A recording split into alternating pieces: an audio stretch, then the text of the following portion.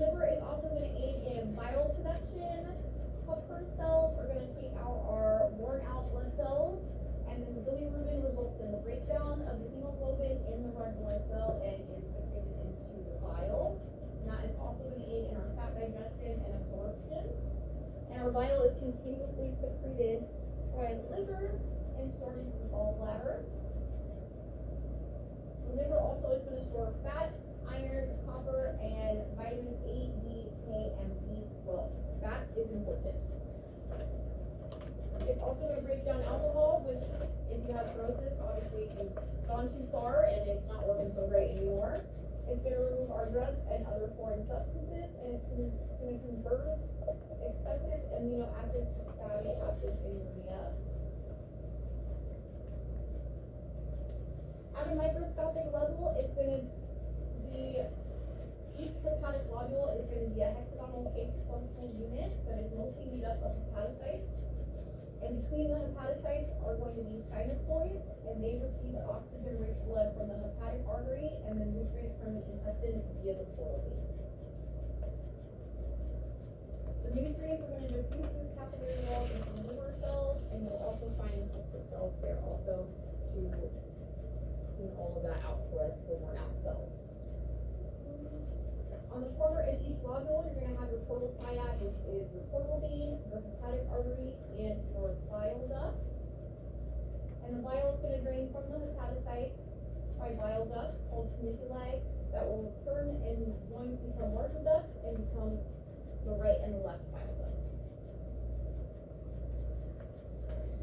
The right and left hepatic ducts are going to join and become the common hepatic duct.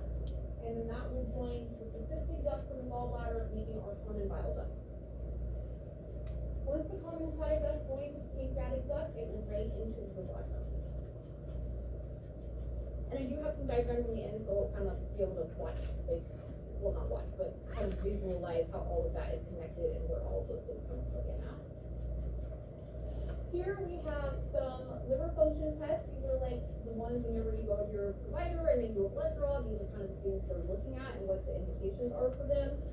For us, we don't necessarily always get an order that will say elevated AST. Most of the time it will just say there are elevated LFTs or abnormal hepatic enzymes. We don't usually get too specific, but occasionally they do, and I actually even keep a little cheat sheet next to my desk because I don't see these that often. So they're good for your boards. I'm not going to be this specific with you guys because I can't do this. We have AST, which is caused by, an increase in AST is caused by any disease that's going to injure our cells. Most often it's going to be hepatitis or cirrhosis. It can also be elevated with mono.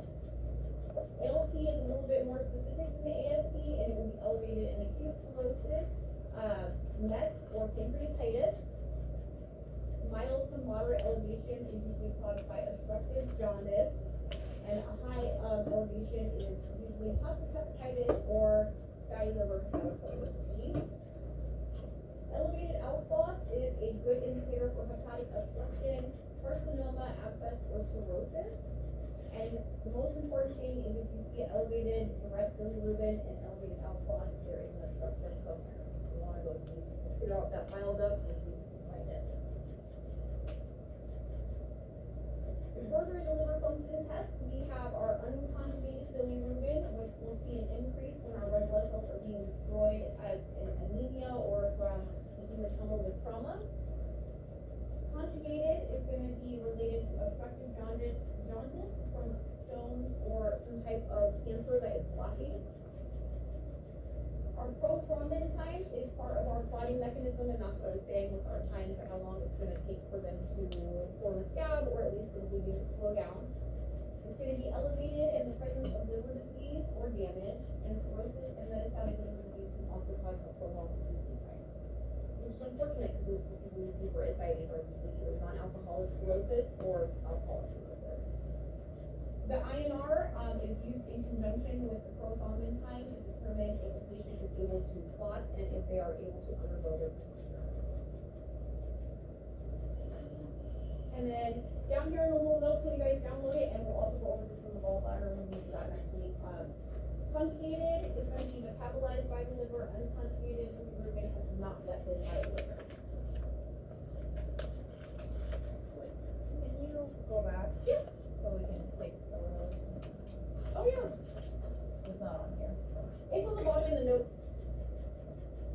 on in the actual PowerPoint, if you go in the notes in the bottom, it should be there.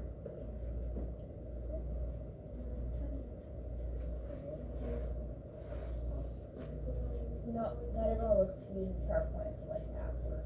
Oh, no, I understand. Like I said, we'll go over this again next week. I'm not gonna throw this at you and then just expect you to know it from a little note. It's just kind of an extra little tidbit to get you prepared for gallbladder.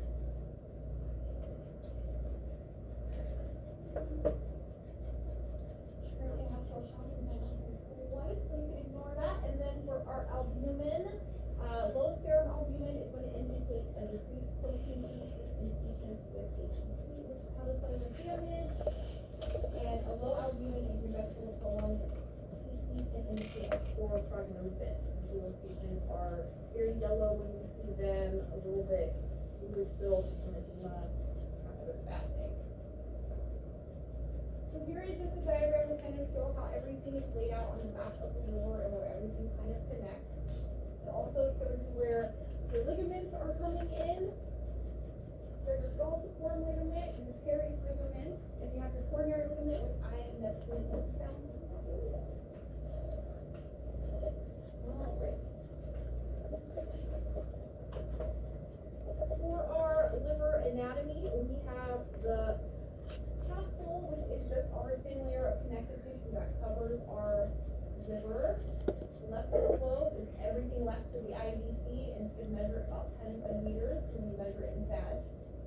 We have the caudate lobe, which is going to be posterior to the left lobe, and the ligamentum venosum, which will be anterior to the IVC. Right liver lobe should measure about 15 centimeters as a mid-clavicular line. I do find that taller patients tend to have bigger livers. I kind of always factor that in. If you have a 6'5" patient, it wouldn't really be that surprising if you had 18 centimeters liver. I wouldn't think about it. But if somebody who's 4'11" had one, I'd be like, oh, your liver's a little enlarged. So those are kind of little things you gotta factor in when scanning. Some people will have a Rydell slope, which is a normal congenital variant, and it's an extension of the right lobe, and it can go as far as the iliac crest. I've never seen one that long. And determining hepatomegaly versus the Rydell slope can be tricky. And the best tip I have learned for this is to look at the tip shape of the inferior liver. I read that if it is pointed, it is a Rydell slope, but if it is rounded and blunted, it's more hepatomegaly.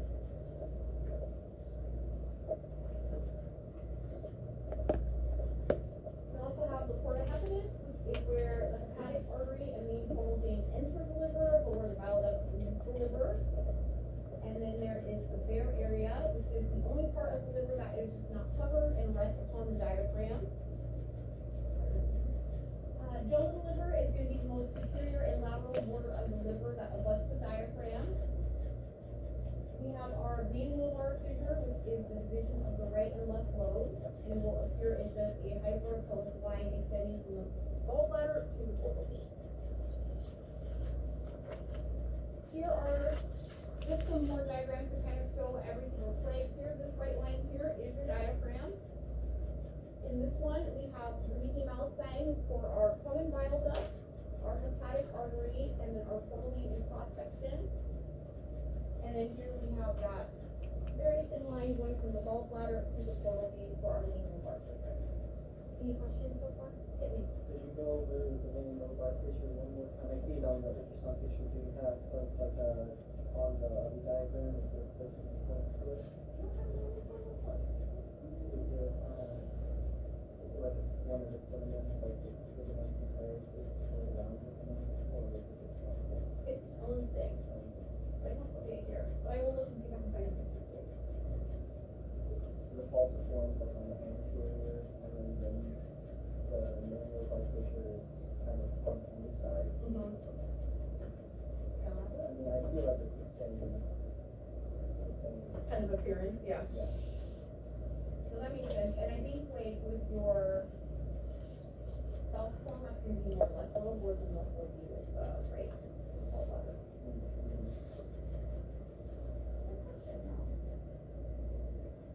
So here we have our ligaments. We have the falciform ligament, which will atrophy after birth and will divide the medial and lateral segments of the left lobe. In severe alcoholism and portal hypertension, that ligament will be canalized and you will get lateral flow that happens there. I actually had a rad one time tell me not to write recanalized umbilical vein on my worksheet, and he suggested using the verbiage lateral flow seen within the region of the falciform ligament, because he thought that us saying that it was recanalized was a little too on the money for diagnostic. He thought that was a little outside of our wheelhouse, so that's just kind of verbiage I picked up from him. We have ligaments teres, which is our round ligament, and it is the atrophied left umbilical vein from a fetus, and it will be located in the inferior portion of the falciform ligament, and we'll see that as a bright echogenic line in the left lobe of the liver that may have some shadowing. The ligamentum venosum is the fibrous remnant of the right branch of the ductus venosus in fetal circulation, and separates our left lobe from the caudate lobe. And it's just going to appear as a horizontal echogenic line. Which one did you not see, or do you not see ever? You said you don't, I thought you said you don't ever see the falciform ligamentum. ligament, you'll see it only if it's recanalized. The falciform, you said you do not see? No, you shouldn't see it. I mean, if you see it, like, hold on. So, here's the ligamentum venosum. It's just this very thin line here. And you don't really pay much attention to it, other than you just kind of see it go by as you're taking your liver pictures. Here is the little bit of the ligamentum teres, a little bit of shadowing that comes off of it. Again, one of those things you don't really pay much attention to it, but you want to know that it's just a normal variant. Yes. Could you help me with what the anechoic structures are right below the ligamentum teres? To the right? This right here. Yeah, what are those?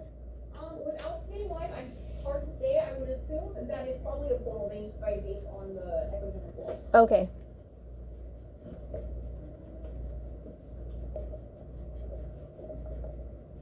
So with the falciform ligament, I should have put a picture in here of it recanalized. I'll find one for you guys. When you're scanning or doing your left little contour, you will kind of notice that there is what looks almost kind of like an anechoic worm that's just kind of hanging out on top of the left liver lobe. If you put color on it, it will light up, and you can usually kind of follow it through the liver and see where it comes from and that it tracks out.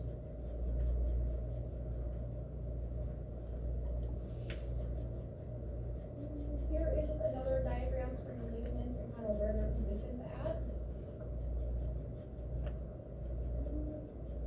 The clean-on hepatic segments, I am not going to ask you about ever.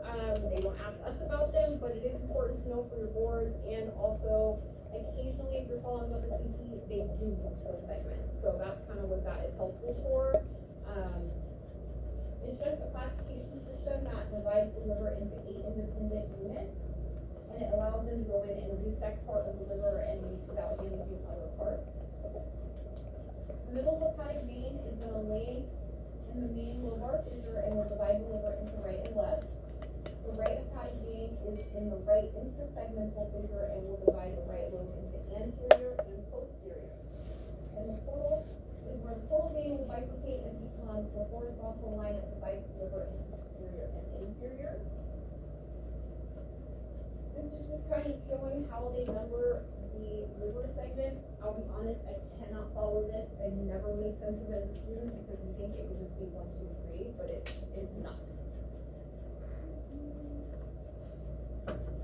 This is just a handy diagram to kind of show with your hand how you can kind of think of the segments involved when you think of the right liver lobe. And I actually just recently found this very handy labeled image that has all of our segments labeled for us. So if you ever need to go follow something in segment 2, you might remember that.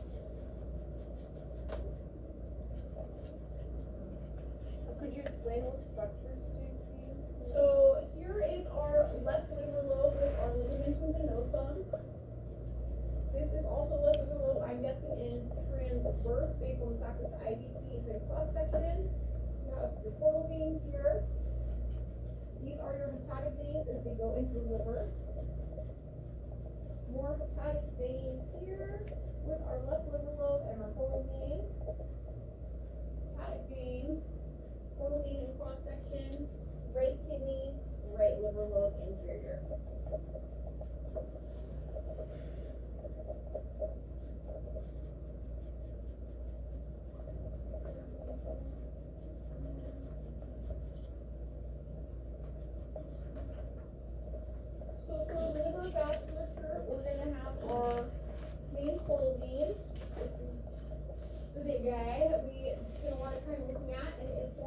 confluence of the superior mesenteric vein and the splenic vein and provides the liver with most of its blood supply. It's usually going to measure about 0.8 centimeters to 1 centimeters, and the number for normal is 1.2 centimeters, but I find that most of them are 1.3, 1.4, so I don't really even stress it unless it's like 1.4, 1.5, and it's just like, ooh, what's the deal? But 1.2 is the standard for average. From there, the portal vein is going to branch into the right and left portal vein, and depending on where you work, they will want you to also do a blood flow sample on that, so something to keep in mind. And it should be a continuous monophasic flow that is hepatic-fetal and going forward. With portal hypertension, it can be biphasic or it will be hepatic-fetal. Here are the right and left portal veins as they separate into the liver.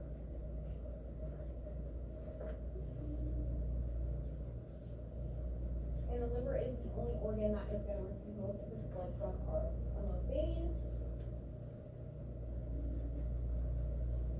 Here is just a diagram kind of showing how the portal vein comes from the SMV and the splenic vein to become the portal vein and then branching into the right and left.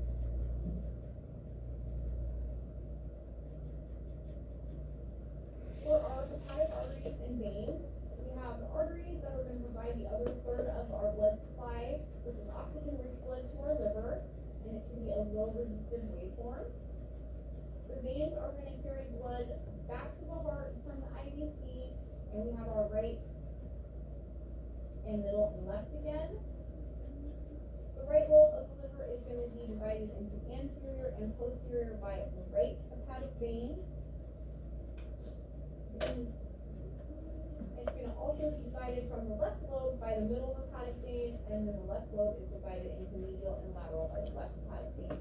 That is very important in scanning on the boards, just good information to have, even if you don't scan vascular, because occasionally you see reflux or things that you need to kind of have some reference of where you're looking. And these will be multiphasic with pulsatile waveform that will go above and beyond, above and below the baseline. Any questions so far?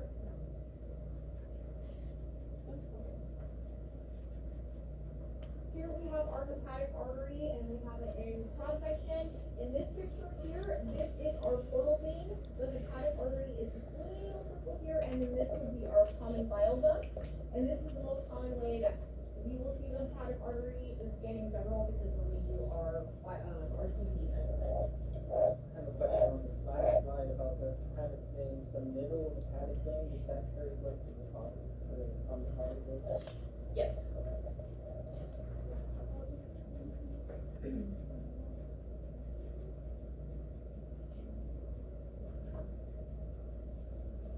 If you're ever lost for trying to figure out if what vessel you're on, here is just a flow of what the hepatic artery waveforms can be like, flow resistant, forward flow, and then here is our hepatic vein as it kind of goes above and then below and then above and below is our heartbeats.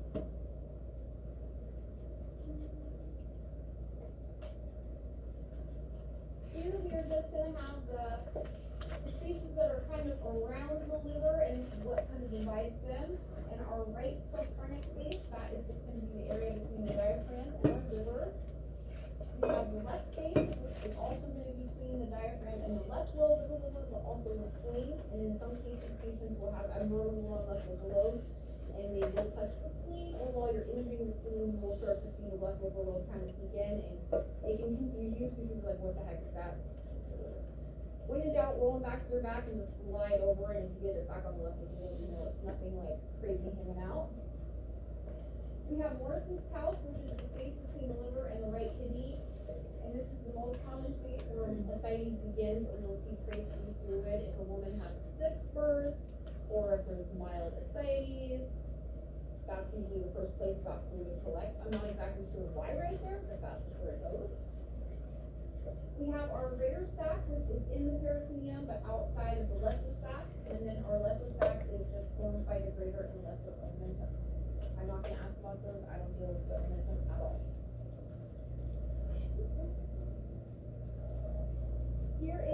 the normal area of the Morrison's pouch, you can see that it's a nice clean echogenic line here that shows there's nothing here, and here you have free fluid in the pouch. And sometimes it will be just a little smidge of fluid. It's one of the things that you kind of always have to be keeping an eye for. But on really skinny patients, on the lateral border of the right liver lobe, occasionally it will, there's fluid there, but if you roll them, it'll go away, and that's just because they're that deep. You kind of see the natural body liquids.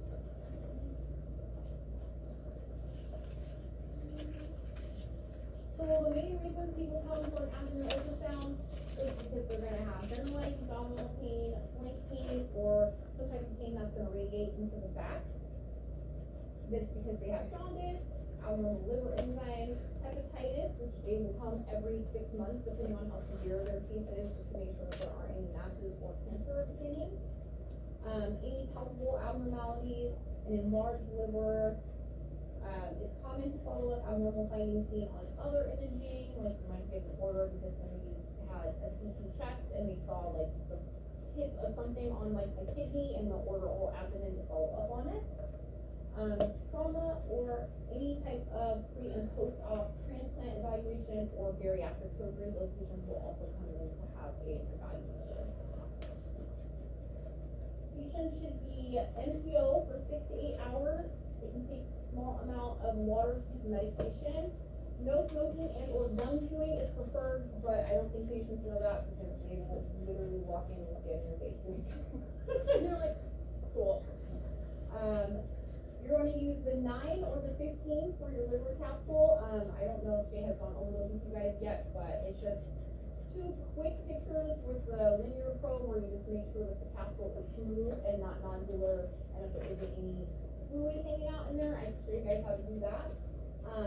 And then you're going to use your curve 3 to 6 for all the soft tissue organs, and you're going to want to scan them supine or on their side. I always tell my patients, I'm probably going to have you take a lot of big breaths in, let me know if it's too much, because even your skinny patient, if they're super gassed out or like your 4 o'clock abdomen, they've been talking all day, they're going to have to just deep inhale the whole time from everything to you. And I also let them know that I'm going to probably roll them from side to side, and I always say if you have any shoulder problems on the right side, I'm going to have you just pop your arm up, get that out of the way. A lot of patients have had shoulder surgeries though, and they'll tell you, oh, I can't do that, and so you just have them drape it, or you say, oh, I'll just have you move it when I like absolutely need it. The normal size for the liver is going to be approximately 15 to 20 centimeters, depending on patient body habitus. And you're going to want to make sure that the configuration is normal in shape and appearance. Is it homogeneous? Is it heterogeneous? Can you see the starry night sky? Are there any cysts? Small cysts were my biggest landmine as a student. I went 2 weeks straight, my second rotation, and I missed a cyst every freaking day for 2 weeks.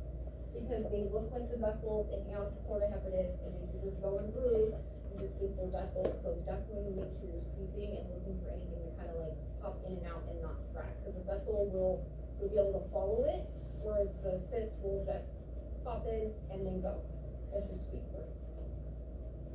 It should be medium in level of its echoes and either isoechoic or slightly hyperechoic to the cortex of the right kidney. And it should be hypoechoic to the pancreas with a smooth surface and clean pores. These are just some images of the left liver lobe as you're kind of sweeping through. You have your IVC and the hepatic vein here, the ligamentum, and those up. And then as you move through, I always call this a little bulldo chip just to remember how to take it. And then as you come through, I would probably have come out a little bit further, but I could not find the picture I wanted. And you have your 3 pictures in sag. In transverse, I like to go up all the way where I can see a smooth little heart beating, because I have proven to radiologists at that point I cannot go any higher. There's heart and there's this little smidge of liver. And then I like to come down and do a hepatic picture. This one here, where you have your IVC and for your caudate lobe in transverse. This is coming down just a little bit further from this picture. It's kind of catching this vessel here. And then I come down to about tank land so that I can show that I can't go any lower. For the right liver lobe, you want to sweep this completely. The right liver lobe has been you sweep the left and you think things are okay, and then you turn around and you go to the right and there's a huge mass. That has happened to me. I swept the left, I thought, oh, this guy's great. And as he's telling me about his wife, all of a sudden I found a 14 centimeter mass and just completely shut down because I was like, I did not see this. So definitely sweep so that you know what you're getting yourself into. You want to take at least 4 images in both sag and transverse, and you definitely want to include your portal hepatic, your hepatic veins, your main portal vein, and the portal vein should be evaluated with and without measurement, with and without color, and with spectral. You want to get the dome of the liver, things like hideout up there, little cysts, masses, mangiomas, all those kind of little pitfalls. And you want to, if you can, the ideal picture if we're measuring your liver is at the liver kidney interface when you put the liver. Sometimes with the way a liver is shaped or just patient body habitus, you have to come a little bit outside of that. This is just showing kind of where the mid-clavicular line is. It should just kind of be in line with the nipple and right at the bottom of the ribs. And when you measure, you want to go from the tip of the liver, go right back. I probably wouldn't have gone this far, but I didn't scan this middle of his ends. I don't know if Shay talked to you about when the liver is too big to fit on the screen. Sometimes you kind of have to just guesstimate where the inferior tip is. And you just kind of have to go a little bit off the screen. Not ideal, and thankfully it doesn't happen too much anymore just because our screens have a wider setting. Here are some sagittal pictures of your liver. You're going from the dome, then you have a little bit of just chunky meaty tissue here, and this picture is very always complicated because you think I'm not showing you anything. I just have this big chunk of liver. That is your picture. That is showing there is nothing in that segment of the liver. So although it feels a little foreign to be like, there's no landmark, it's okay. Then you're gonna come through. This is just showing some of the vessels as they come through the liver. You don't have to have these. This is just a good example. When you come through the intercostal window, what you'll see. And then this is your mid-clavicular picture when you go right through your liver.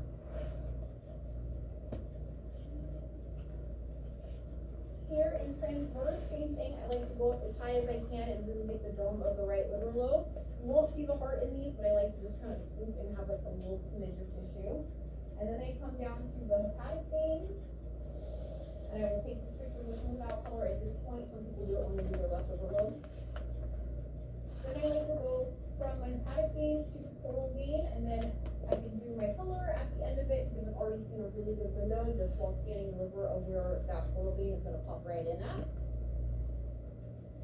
And then our color flow for the portal vein is going to be intercostal on to the side underneath. The inferior tip of the placenta is clearly I scanned the baby last word. The inferior tip of the liver, when you're at the end of your images, ideally you want the holy trifecta, which is liver, gallbladder in transverse, and right kidney in transverse. That is not possible in every body habitus. If you can get it, always just go look it by yourself. I'm sorry, could you say that again? The holy kind of trinity for inferior right liver lobe when you're in transverse is having your kidney and your gallbladder in the same picture. So normally you have like this and then like right here there's the gallbladder. It's not something that you want to get you will get very often, but it's a good way to kind of be like, okay, I've done, hepatic veins, portal vein, gallbladder, right kidney, I've removed through, and I've shown all of these like spots where there could be something. Here is another diagram just showing kind of where your splenic vein and artery come in, where your ligaments are at, kind of how it all looks as a whole. That's it. Questions? I'm sure there's a ton. So we measured the liver on slide 35. How is the position for this? For this, it should just be kind of straight up and down, right about this area. And if you have to take a big breath in, it'll bring everything down, and then you can measure from. On the screen, it'll go from the tip down, but here's about where your probe is. If you roll them, I find that my probe is a little oblique on them, just because I'm coming around the front of them. Are there's kidney there, yeah? Yes.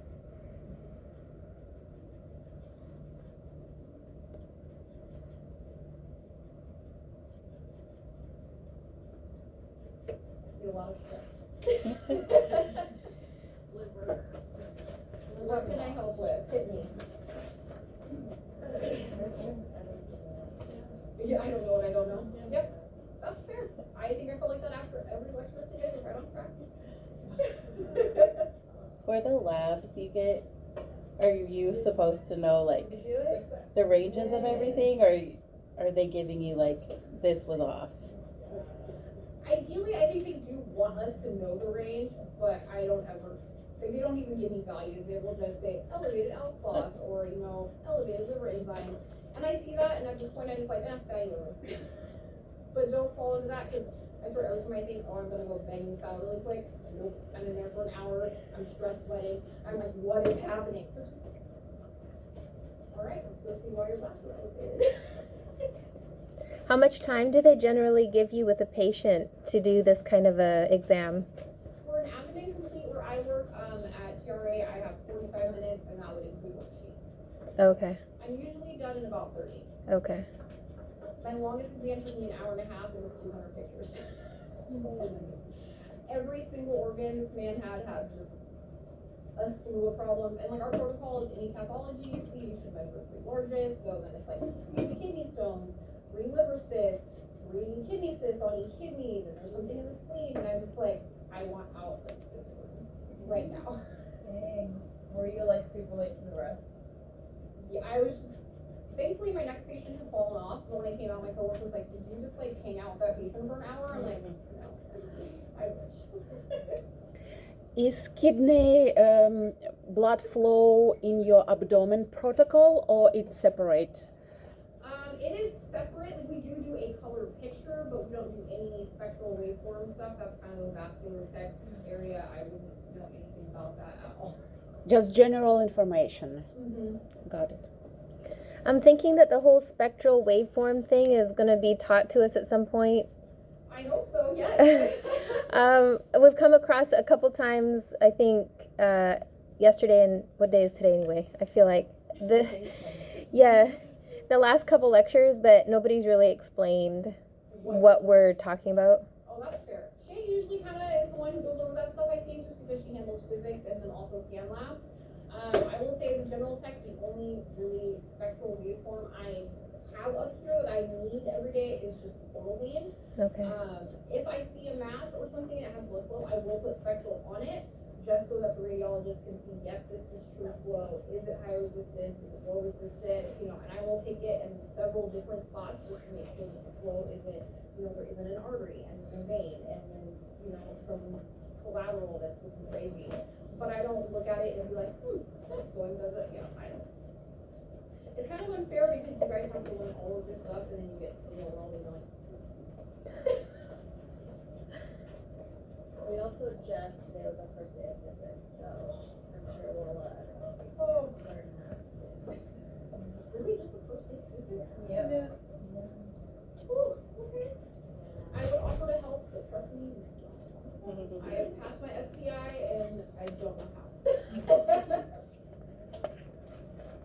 I do have something I want to show you guys, if I can get it to pull up, but you know, despite the fact that I'm pretty techy in my real life, I'm not showing that here.